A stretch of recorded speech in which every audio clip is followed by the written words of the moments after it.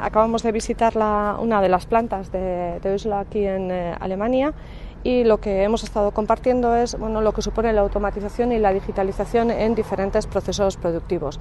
Ellos trabajan sobre todo con inyección de plástico en diferentes sectores, algunos de los cuales evidentemente son automoción, el sector sanitario, sector salud, pero también han empezado a trabajar mucho para algo tan diferente como puede ser el deporte en zapatillas como las de Adidas. Trabajan para ellos en exclusiva, y lo que observamos es las diferentes oportunidades que se abren, no solamente de mejora en eficiencia en procesos productivos, sino en el cambio de modelo de proceso productivo. Es decir, yo creo que están conviviendo ambos aspectos a la vez.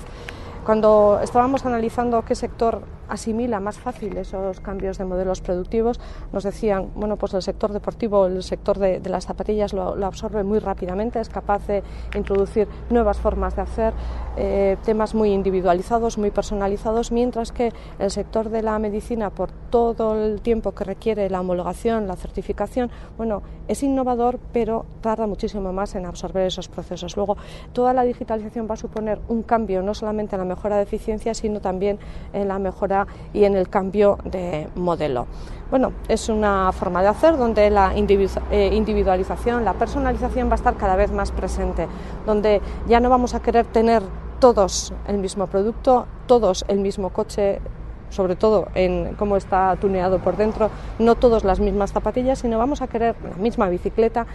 Vamos a querer tener algo muchísimo más personalizado, y este cambio de modelo nos va a permitir poder llegar a esas actualizaciones. Y al mismo tiempo hay que considerar que este tipo de empresas van a tener que tener líneas conviviendo con una producción masiva de elementos de un determinado automóvil, o en salud, o en las zapatillas deportivas que sean, vamos a decir, de mass production, de cualquiera a un precio un poquito más bajo, pero que también va a estar junto con la individualización y ese valor añadido extra que nos va a permitir poder continuar produciendo en Europa. Es una de las cosas que ellos hablaban, El poder continuar produciendo en Europa va a suponer tener que tener mejoras en eficiencia y, desde luego, valor añadido diferente. De lo contrario, vamos a tener que continuar yendo a países de bajo coste.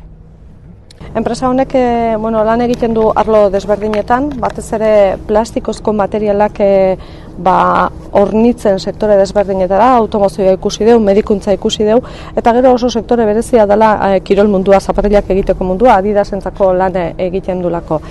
Zerbait azpimarragarria esango genuke, nolabait automatizazioa erabat sartuta dagoela enpresa hauetan, eta gero pasa direla beste eredu batzuetara, negozio eredu desberdinetara pasa direla, eta hori izango genuke digitalizazio munduak aplikatzen duena. Eta ikusten dugu sektore desberdinak, kiroletako sektoreak askotzere azkarrago hartzen ditula horrelako eredu aldaketak, edo medikuntzan askotzere polikiago sartzen direla, nolabait prozesu guztiak zertifikatu egin behar dira eta askotzere polikiago joaten da. Beraz, ikusten duguna da automatizazioak eta digitalizazioak irikitzen duela arlo bat personalizazioari eta bakoitzak behar duen gaiari, eta hemendikan aurrera bi gauza aldi berean egingo direla. Hau da, mass production esaten dana, hau da, masifikazioa eta produkzio handiak, eta aldi berean izango ditugu oso personalizatuak, hau da, bakoitzak nahi dituna bezala. Behin baino gehiotan aipatu dugu, digitalizazioak ekar dezake, zuk zure zapatilak ze koloretakoak nahi dituzun, ze nola eginda nahi dituzun, eta guzti hori egongo da linea berezi batean, beste erekin batea lanean. Beraz, nik uste aukerak irikitzen diala, eta pixkat hori konpartitu dugu. Eta hortikan aurrea, nik uste mundu mailan gertatzen ari direan gauzak azpimarratu ditugula.